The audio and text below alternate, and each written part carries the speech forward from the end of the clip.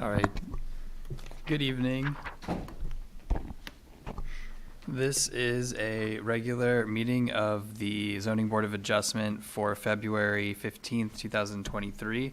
Notice has been given in accordance with the Open Public Meetings Act by posting a copy of the notice on the first floor of the municipal building and sending a copy to the Montclair Times, Star Ledger, and Herald News. This is a virtual public, not a virtual public hearing. This is a public hearing in which any members of the public are welcome to attend. The meeting agenda is available on the Montclair website, as is a link to the township's YouTube channel where the hearing can be viewed live or after the fact. The hearing is also being televised on Channel 34. And before I call roll, I have a couple announcements on the agenda. Application 2830 for 7 Clinton Avenue, which was tabled at the January 18th meeting, to this meeting is actually going to be carried to our March 15th meeting. And application 2810 70 Grove Street, which has been postponed from the December 14th and January 18th meetings, is also going to be carried to the March 15th meeting. Are they both without further notice? Yes. Okay, I'll call roll now. Mr. Harrison? Here. Mr. McCulloch? Here. Mr. Church? Here. Ms. Harris? Here. Mr. Simon? Here. Mr. Vieira? Here. Ms. Martineau? And Mr. Caulfield and Mr. Moore are both excused this evening. Mr. Sullivan? Here. Okay, we have the minutes of the January 18th meeting. I just have one change. On the first page, you note Mr. Moore was excused, and then you have him voting on the subsequent minutes and resolutions, and either note he arrived or just simply mark him as being present because he arrived shortly after we started. It's probably the easiest. Anyone else with any changes to the minutes? And if not, someone want to move the approval of the minutes with Move that to change? approve the minutes with the slight correction stated. Second. All in favor, say aye. Aye. Any opposed? Abstentions? Abstain. Okay. We have the resolution for the Waxman property on Claremont Avenue. I don't have any changes. Does anyone else have any changes? If not, someone want to move the resolution? I'll move the resolution. Second. All in favor, say aye. Aye. Any opposed? Abstentions? Abstain. We have the resolution for the Jeydel property on Bruce Road. On page 2, we have a couple. The first, the whereas, at the top of the page, on the third and fourth line, it should be variances, plural. And so there are 2 of them. And then in the now therefore, delete the word between for and variances. And then on the last line, have it read with a condition, since there was only one. And I see that. I also wrote, oh no, sorry, never mind, continue. I was thinking. Any other changes to that resolution? If not, someone want to move the resolution? Move to accept as corrected. Second. All in favor, say aye. Aye. Aye. Any opposed? Any abstentions? Abstain. Okay, and then we have the resolution for the Mastrogiovanni and Leo property. Basically, the same changes on the whereas on the second page. It should be variances in 2 places. And you have variances in the now therefore. And you had another change to that, Tommy? No, okay. Any other changes to that resolution? No. Okay, someone want to move the resolution with those changes? I'll move the resolution with the changes. Second. All in favor, say aye. Aye. Any opposed? Any abstention? Abstain.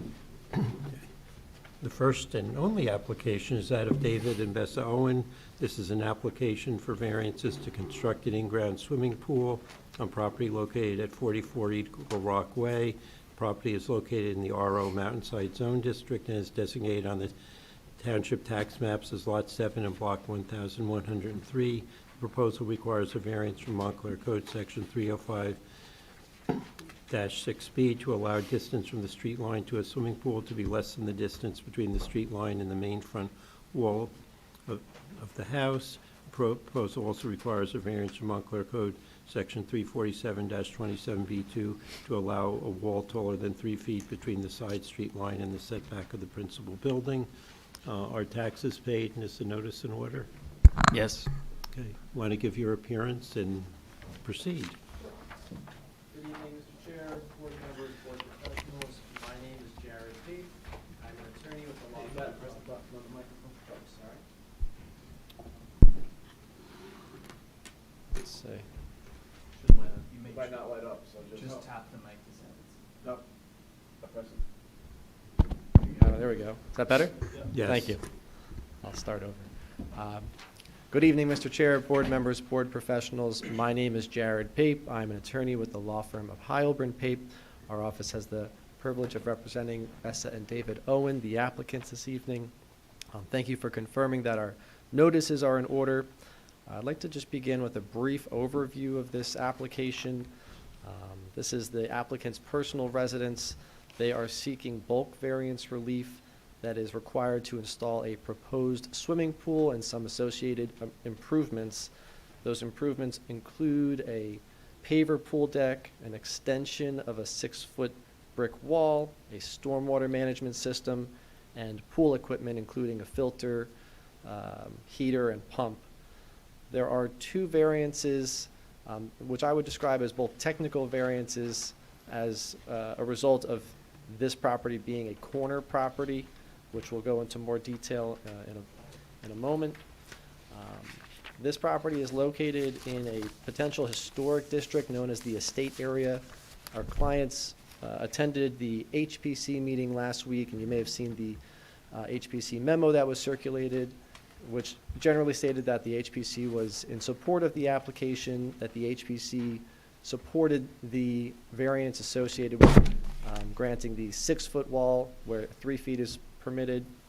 And there was a note that they recommend that the applicant return to the design review committee with details of the wall and the brick and the gates to make sure that those are approved by the design review committee, and our client has no issue with that as a condition.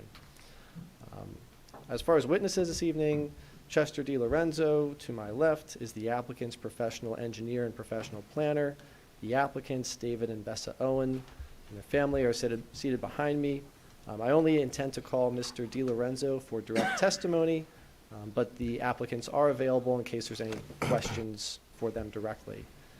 So with that, I would like to have our sole witness sworn in this evening, Mr. DiLorenzo. Mr. DiLorenzo, would you raise your right hand? Do you swear to tell the truth in the matter pending before the board? I do. State your name and address, please. For the record, should I push this? It's on. Just For the record, my name is Chester DiLorenzo, DiLorenzo, 82 Walnut Hill Lane, Freehold, New Jersey, 07728. Okay, and I'm going to swear in the board professional also. So, Mr. Scabilia, would you raise your right hand? Do you swear to tell the truth in the matter pending before the board? I do. You can proceed. Thank you. Could you provide your credentials for the board to testify both as a professional engineer and professional planner? I will, and actually I'm a little bit surprised. I've been doing this since 1983, and I've never appeared here before. That actually surprises me. I would have thought I would have come here. But anyway, I'm a 1976 graduate from Villanova University. I received my engineering license in 1983, my planning license in 1983, my professional land surveying license in 1987.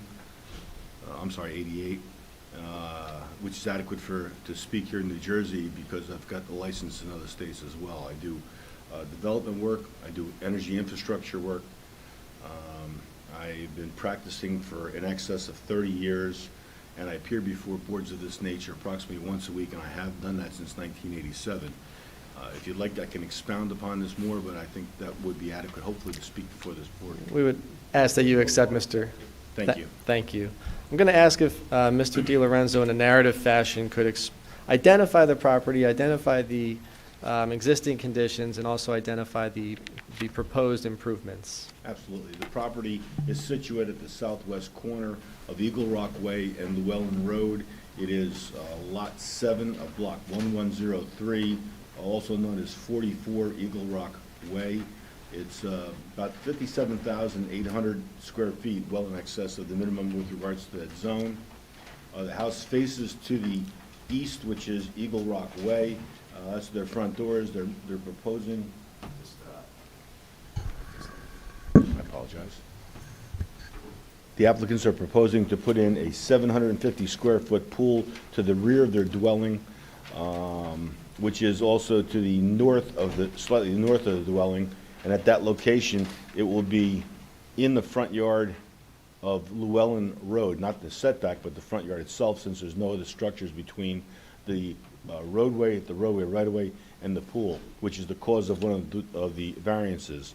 And not to break up my testimony too much, but effectively, that variance is a hardship because the property is a corner lot, and unless the pool was crammed in between the dwelling and the next-door neighbor, this is the most ideal location for the pool and would therefore require a hardship variance because the lot, has frontage on two different roadways. So essentially, they're requesting that the pool be allowed to be constructed where it's shown on the plan, which has a clear view of Llewellyn Road, which brings me to my second variance. The applicants have met with the Historic Committee, and they have an existing brick wall around their backyard, and they requested that that brick wall be allowed to be continued around the pool so that we could put up a buffer, which is in conformance with township standards, and that buffer would be a higher than allowed 6-foot vertical wall as opposed to a 3-foot wall in the same material and the same vein as the existing wall around it. I believe the Historic Commission said it was an adequate request since it would be attractive and it would conform with the uses in the historical zone, but that would not be a hardship. That would be a C2, flexible C2 variance under the municipal land use law, because it would be a situation where it's our opinion that the benefits would outweigh the detriments, and therefore that the flexible 2C variance criteria would apply to the wall itself. I would also indicate that the house is surrounded by vegetation, existing vegetation, in the form of shrubs, low-growing growth, conifers, and deciduous trees. The deciduous trees have been located on the plan for you to see. I believe there's only one tree that gets removed in the construction, and that's a conifer located at the corner, the most southeasterly corner of the pool, which is in fairly poor health as right now. I believe the applicant is looking to do additional landscaping after the pool is constructed and the wall is in to complement all of the above and to also make sure there's adequate buffers between this property and the roadways, both roadways.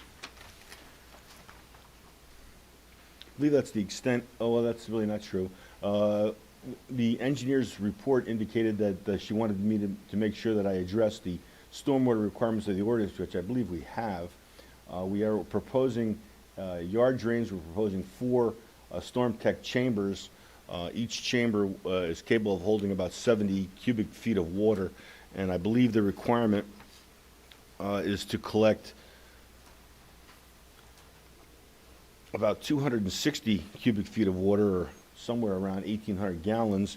These chambers can hold some 2,027 gallons and discharge into the groundwater table at a controlled rate. The testing format for this we've already performed, so it's just a matter of having the town approve them. They can install them so that all the impervious coverage stormwater will be routed to this chamber and will run down in that manner. Also, the property is relatively flat but slopes toward the intersection of Llewellyn and Eagle Rock Way. In that way, if there were any failure of this system for any reason at all, it would only happen to flood on our own property. So effectively, this, in all the underground recharge systems I do, this is the ideal circumstance, whereas any harm that would ever come if the system ever failed for whatever reason, it would only harm the applicant who's proposing it. So therefore, it's an ideal circumstance for the underground system. And just to confirm, and you've already touched on it, so we do acknowledge receipt of the engineer's report prepared by Marissa Taberi, dated January 18, 2023. And Mr. DiLorenzo, you mentioned it, but just so it's clear for the record, can you confirm that you will comply with all comments in that report? I've received, I believe, 2 reports, and it's our intent to comply with all the comments in all the reports. They were no comments were onerous. They were all succinct and directed directly at this application. I believe we've been able to put together the revisions or the improvements that were being requested, and we can certainly go over it with Marissa, who I worked with before, and we can make sure that the drainage does conform completely with what the township's requiring. I would like to say, though, that we do intend to comply completely with all of her requests. Thank you. Any other comments? Only that I believe every variance application stands on its own merits. In this case, the request for a C1 hardship variance, because the pool is between the dwelling and Llewellyn, is appropriate because the lot is a corner lot and the applicant has no desire to subdivide it. And the other request is that the benefits outweigh the detriments with regards to the wall, is also a classic flexible 2C variance request, and it's my opinion that these two variances can be approved without detriment to the township standards, the master plan, or the MLUL. Thank you. Mr. Chair, I have nothing further of Mr. DiLorenzo. I think he gave a comprehensive presentation. He's available. If there's any questions or comments. Yeah. Feel free. Having been in that position in my other life, it's always easier to do it seated than, I should have said it earlier. Mr. McCulloch, do you have any questions? Yes, thank you, Mr. Chair. Mr. DiLorenzo, thank you for coming out. Not a Mr. problem, Scabilia. Mr. Miller. Just a few questions to help me understand the project. Now, in terms of the location of the pool, can you demonstrate for us the different areas that you had considered the possibility of placing the pool, and how you, once again, how you ultimately decided on the proposed location? Well, we looked at the, let's see if I can do this judiciously. Thank you. We looked at the site. There's also, sorry, there's a mic stuck in the projector stand that isn't on a cord. Thank you very much, Don. Yeah. Just have to press the button until it turns green. Press the button until, oh, am I receiving? Press the hold until it's green. Well, It is happening a couple times. okay.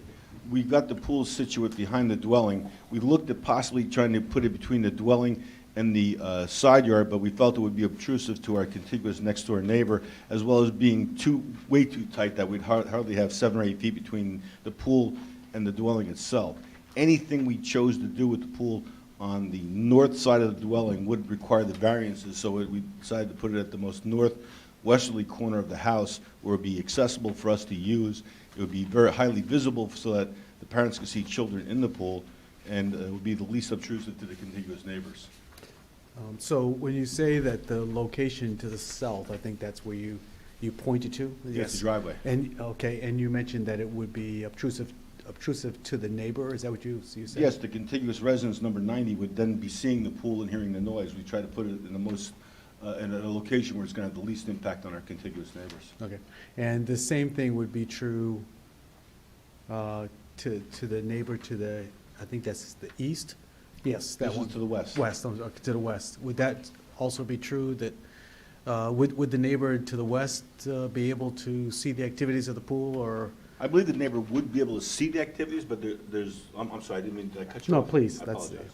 Thank you. There's distance between the pool and that dwelling, approximately 40 feet or so, and there's also some vegetation between them, so I believe that that neighbor will get very little impact from the pool, and yet it'll be attractive with the masonry wall around it.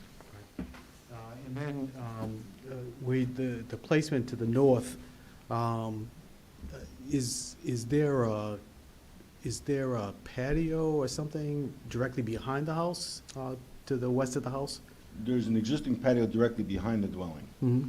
And the further we go to the north, and I'm moving my hand from the left to the right, would be destroying more and more trees. So we chose to put it here because it'd be least destruction of landscaping and vegetation. And then in terms of how you laid out the pool directionally, let's say you have a horizontal view as opposed to a vertical view. If you were to change it to a vertical view, what would be the impact?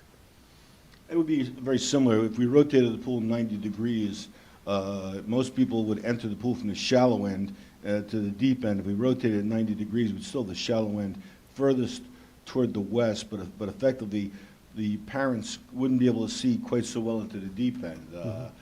What's it called here? The spa and pool regulations are, they run parallel with the IBC 2018 code. And they say that you want to maximize visibility into the pool at all times to, God forbid, there's a catastrophe, you want to prevent a child from drowning. So essentially, by turning it 90 degrees from the existing deck, you would have to come down the deck and then come around the pool. This is where we felt it was most accessible for the parents to potentially To be able to prevent a monitor what's catastrophe. going on at all times, okay. Also, is there any interest or intent at some point to ever enclose the pool? Put a roof on it? That's correct, that's my question. That's never been brought to my attention. This is, to my knowledge, strictly an outdoor pool. Okay, and Mr. Cabilia, to pronounce your name right, Cabilia? Pape. Mr. Pape is my last Oh, name. Pape? But yeah, no, Okay. no intention of enclosing the pool. Okay, would you have any concern if the board wanted to have an action that prevented the enclosure of that pool? That would be acceptable. That would be acceptable, thank you. And then one other question about the brick wall. And you said you want to have the 6-foot wall to extend around the pool. And I'm just wondering, in terms of, sometimes with the historical commission, when there are extensions, they like there to be a differentiation between what was original with what was added later on. And so it's a question of coloration. And what is sort of the thinking around the additional 6-foot wall that you're planning? Will it resemble exactly the original 6-foot wall that's there on the, I guess, the buffer between the two properties, or? We're looking to match the walls. I mean, the wall right now runs around the patio in the back. We're looking to match that exactly, and we've already agreed to the Star Commission to come back with the materials and show them exactly what we're going to do, is to see if they agree that we match perfectly, which I think is the right thing to do. And that's what they're asking for, is what? Yes. Thank you, Mr. Chairman. Mr. Church, do you have any questions? Ms. Harris, do you have any questions? Yes, I just wanted to clarify, so the brick wall is just enclosing the pool? The existing brick wall encloses the patio in the back of the dwelling. Right, And so we're going to extend that to enclose the pool as well. so it's going to go around all 4 sides of the pool? Correct. Okay, and it's a 6-foot tall wall, will that obstruct views into the pool for the parents watching the children? The existing patio is slightly elevated, and we can look down into the pool. So it will obstruct to a small degree, no more or less than a 3-foot wall. Do we know how high the existing porch or patio is above the pool? It's around elevation 97, and the pool is set down around 97. Let's see, so 1, 2, 3, 4 steps, about 3 foot higher, looking down into it. We did look at that aspect of it. Okay, and then there's 2 entrances to the pool through the gate, is that right? I'm sorry? There's 2 entrances to the pool through the fence, through the brick wall? Yes, there's 2 sets, there's 2 gates. Okay, And that'll be open wrought iron or jarreth, which is actually wrought aluminum, so you can see right through that, but yet it still keeps people out. okay, thank you. You're welcome. Mr. Simon? Yes, excuse me. So you're extending the wall around the pool, but according to this plan, if I'm reading this correctly, you have the pool equipment located right outside of the wall? Yes. Is there going to be any additional coverage to block the view from Llewellyn Street? Oh, they're gonna landscape it with shrubs around around the pool equipment to block its view from Llewellyn as well as from Eagle Rock. So you do plan to put additional shrubs? Yes. Right, okay. And the tree that you mentioned that was going to be taken out, the conifer, is that going to be replaced as well? They're gonna replace it, it's an older conifer that's kind of threadbare, I guess, from age. So we're gonna put a younger tree in there so it lasts a little bit longer, about a 12 to 14, but they are gonna replace the tree. And they're gonna try and, There's also some shrubs next to the tree, and I'm pointing at the most northwesterly corner of the house, which is where the shrubs and the conifer is. They're gonna try and relocate the shrubs, and they're gonna replace the tree Okay. with a younger, healthier one.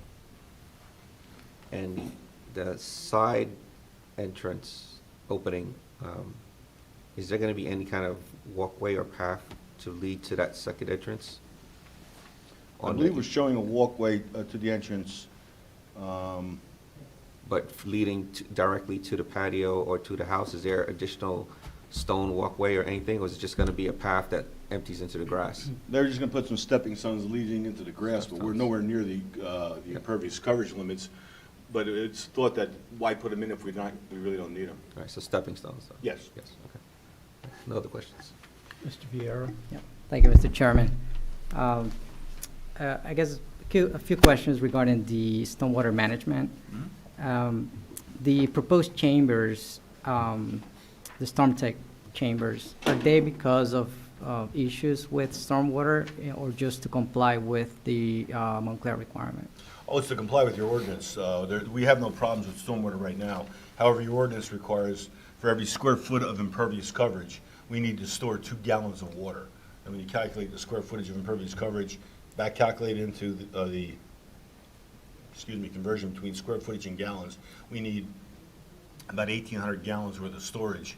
Storm techs hold 67.7 cubic feet per unit, comes up about 2,020. So it works out that we're gonna be fat about 10%.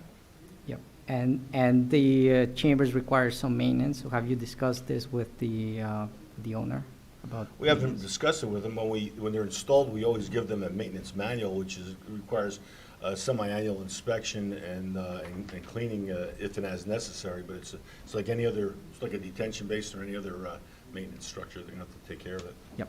Thank you. You're welcome. And I want to go back to Ms. Harris's questions, but first, can you show me on the plan exactly where the existing wall is located? Pointing on the plan, there's I'm looking at the rear of the house. It goes around the back, around the patio. Okay. And If you like the new wall, it's going to go along the property line, actually inside the property line about 3 or 4 feet, parallel with the one wall, and it's going to wrap back around. okay, so let's do, how far will it be located from the property line?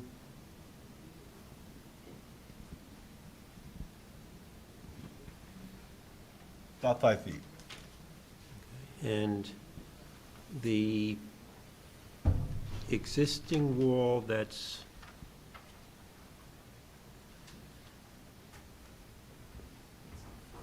on the north side of the patio will be on the, are you going to create the opening where those stairs are? We are. We're gonna cut the wall. The existing wall, by the way, on the west side is on the property line. Right. And we're gonna pull the new wall in. I think it's 4 feet to the outside, 5 feet to the inside, but what I'm saying is we're looking to comply with the setback requirements for wall of this nature along the westerly line of the new wall. The old wall, we're gonna leave where it is. And we're gonna cut holes in the existing wall so that they can come in here. That's really one of the reasons why the Historic Commission wants the materials to match each other, because there won't be any way to contrast. We're looking to strictly to match. Your testimony was, and my observation of the property is it's basically flat, and I'm trying to understand the purpose of the stairs. Are you elevating, I mean, the property is slightly higher the further away from Llewellyn you go, correct? Oh, yes. And are you elevating, so the pool will be at the higher elevation towards what I'll call the rear of the property? And that's what's creating the need for the stairs? Actually, the pool, halfway through the pool toward Llewellyn, it's cut. Halfway in the pool toward the rear of the property, it's in fill. So are we elevating? We're elevating about 3 or 4 inches to the rear. We're cutting about 6 inches to the front, and we're just blending it into the existing grade. And the reason being is you don't want to build any structure on fill unless it's been consolidated in an engineering manner, so we choose to try to break it down to native ground to build a pool.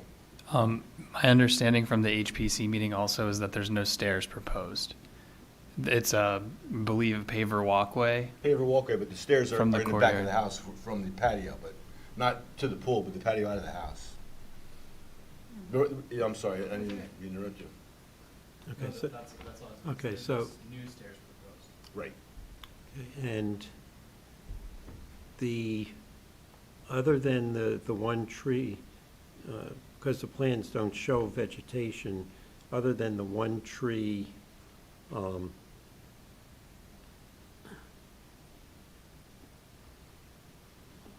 is there any other existing vegetation along the western property line where the wall is going? There is some shrubbery. There's some junipers, there's some low-growing hedges. We're not really disturbing almost none of that along the pool. Really the wall is being needed because there's a gap in the vegetation between number 44 and us, and we'd like to buffer it so that the property owners there wouldn't be seeing the pool, and we'd like to do it in a very aesthetically pleasing manner. So effectively, there is some vegetation along that side, but not along the line of the pool, and the other vegetation that is being removed and replaced is on the other side of the pool, so we're looking to preserve it.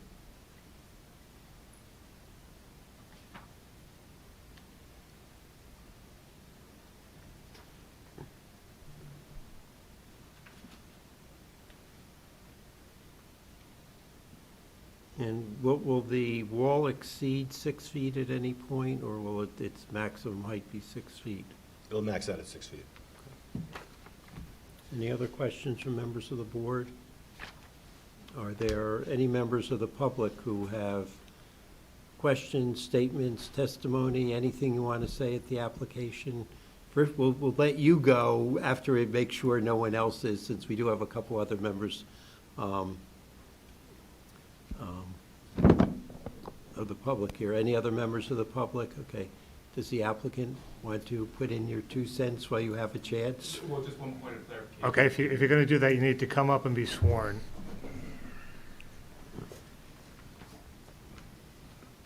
And Mr. Pape, you're okay with the applicant Yes. speaking? Okay. Would you raise your right hand? Do you swear to tell the truth in the matter pending before the board? I do. State your name and address. David Owen, 44 Eagle Rock Way, Montclair, New Jersey. Just one point of clarification to Ms. Harris's question about the wall. Actually, the internal wall will have a cut down to 4 feet to allow for the visibility into the pool. So the internal wall going towards our courtyard, we're going to cut down leading to the gate to about 4 feet to allow that visibility so that we can see the kids if we happen to not be in the pool area. Are you referring to the existing wall? The existing wall. Okay. Yeah. Not the whole way, but kind of a cut down into the gate. And then as to the question as to replacement of the trees, we haven't had our entire landscaping plan resolved to date, but we do plan on putting something along the lines of pin oaks on the western wall so that, one, it'll help kind of camouflage the wall so it'll have a nice natural feel to it to our neighbors, and also help replace the tree that's being cut down. Thank you. Unless there's any other While you're there, and I don't know if, were you aware that previously there was a tennis court located in the front yard on the property? We were, yes, aware of that. Yep. Do you know when that was removed? I don't know. Yeah, so last 20 years. So I think it was an older, yeah, somewhere in the last decade or so. The tennis court, for what it's worth, if you don't mind, was actually further this way. So as you aptly noted, there is a step down in the property. So this portion where the pool is a little elevated from the portion that's closer to Llewellyn Road. And the tennis court was actually fully on the stepped down portion and was much closer to the road. Okay, thank you. I thought that, I was here for the variance where that plan showed that, so I just thought that would be helpful on the record that there was a recreational structure closer to Llewellyn than what you're proposing. Thank you, I appreciate that. Okay. Mr. Pape, do you have anything further before we discuss and vote on the application? We have nothing further. That's our direct presentation. We'll defer to the board. Okay, we'll start discussion with Mr. McCullough. Thank you. So I'm supportive of the application. I do think that it would be helpful for there to be a notation that if there was an interest at some point to enclose the pool, that the applicant knew that they would be required to return with plans and to seek approval for that. Because we do know that there have been applicants in the past that have expressed an interest in doing that type of a project. Mr. Church? I'm generally in favor of the plan that they're proposing. I had, reviewing it earlier, I had some concerns about the distance from the patio to the pool, with small children having access to the pool. But if it's, I think that can be remedied by, having visibility of the pool at all times. But it'll be enclosed enough so that, the other thing I was thinking about was the enclosure of the equipment feeds the pool. Rather than just vegetation, has anybody thought about some sort of fence? Frankly, we're looking to do it with juniper hedges, but I really haven't thought about fencing. Yeah, the plan was to use landscaping, but we're open to suggestions. I'd be concerned about vegetation only because it dies. And unless it's watered continuously, it doesn't last. So I would suggest that some sort of consideration be given to some sort of barrier. Okay. With vegetation, if you want to, some kind of barrier so that if that vegetation fades in the spring, summer, whatever, it doesn't expose your equipment to the level of road. We think that's a reasonable suggestion. Ms. Harris? I'm in favor of this application with the recommendations from the HPC and the board engineer. Mr. Simon? Quick question. I'm generally in favor, but for the wall on the west side, does that need to have the 6-foot setback? Or is it, since it's not a structure? The walls are treated like fences in this instance, so there's no setback. Okay. Then I'm in favor. Mr. Vieira? Thank you, Mr. Chairman. I'm also in favor of the application. I think it will improve the site, and there's no detriment to the public, in my opinion. There's improvements in stormwater management, which is great, and I will be supportive to the condition that Mr. McCullough has proposed. I'm also in favor of the application.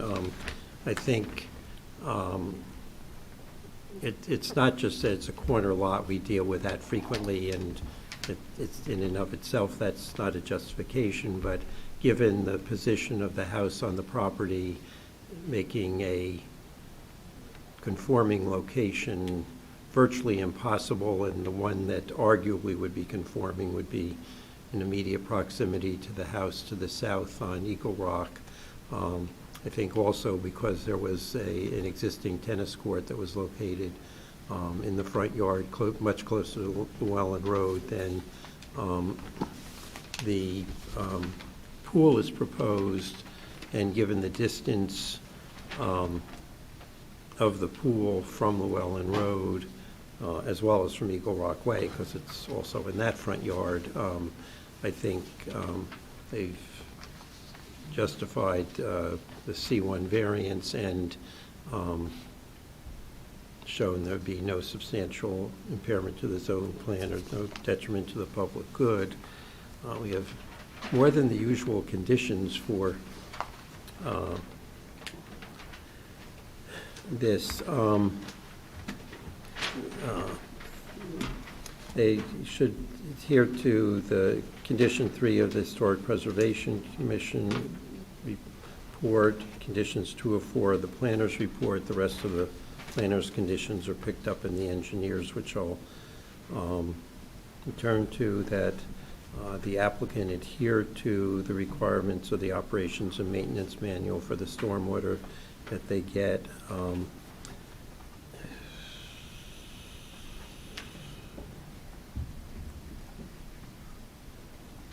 Something I can't read, that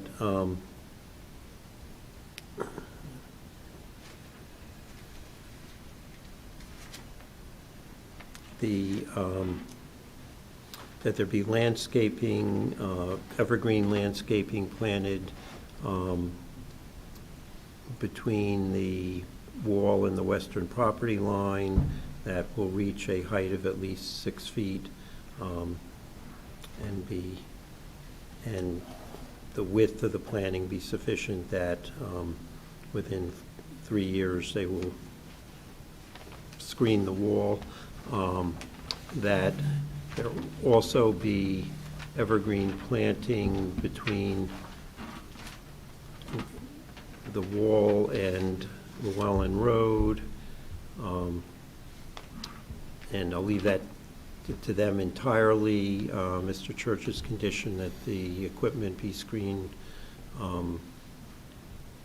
that there be fencing around that, that'll conform to the ordinance, which I guess will limit it to 4.5 feet in height.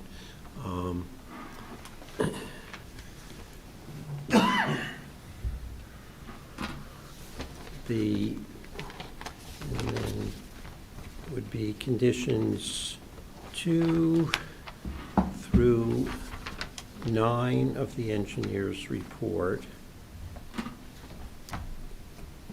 that you be required to apply to the Soil Conservation District if the disturbance is greater than or equal to 5,000 square feet. You're right at the margin. I've done enough DEP applications where the engineer is just a few feet short of an acre to qualify for the general permit, so I don't mind you being slightly under, but I think with what we've discussed, you're probably going to go over, but if, I don't, the condition reads you have to go there anyway, but only if you're... Mr. Chairman, we're not objecting to it. When Yeah, Mr. said that, it's like, fine. Yeah,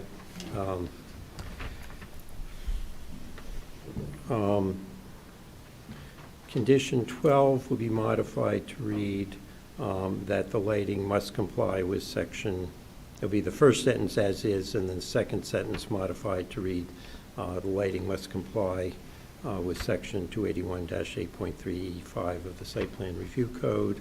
I don't know that we need you to map the trees being removed, but any trees that are removed, any tree removal should comply with the Township's tree removal ordinance, which will require you to replace the tree you're removing. And I like being redundant. Instead of in condition 14 of the engineer's report, but just replace recommended with required, and then condition 15 of the engineer's report. Any further discussion, any conditions? If not, someone want to make a motion to approve the application with those conditions? Oh, yes, that's what I couldn't read. That the no enclosure of the pool be allowed, that would enable it to be used here outside of warm weather months, which at this point is extending further and further into the year.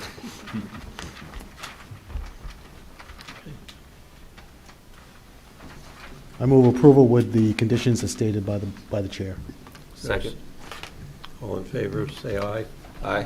Aye. Any opposed, any abstentions? Go build your pool in time for the summer so your kids can go swimming.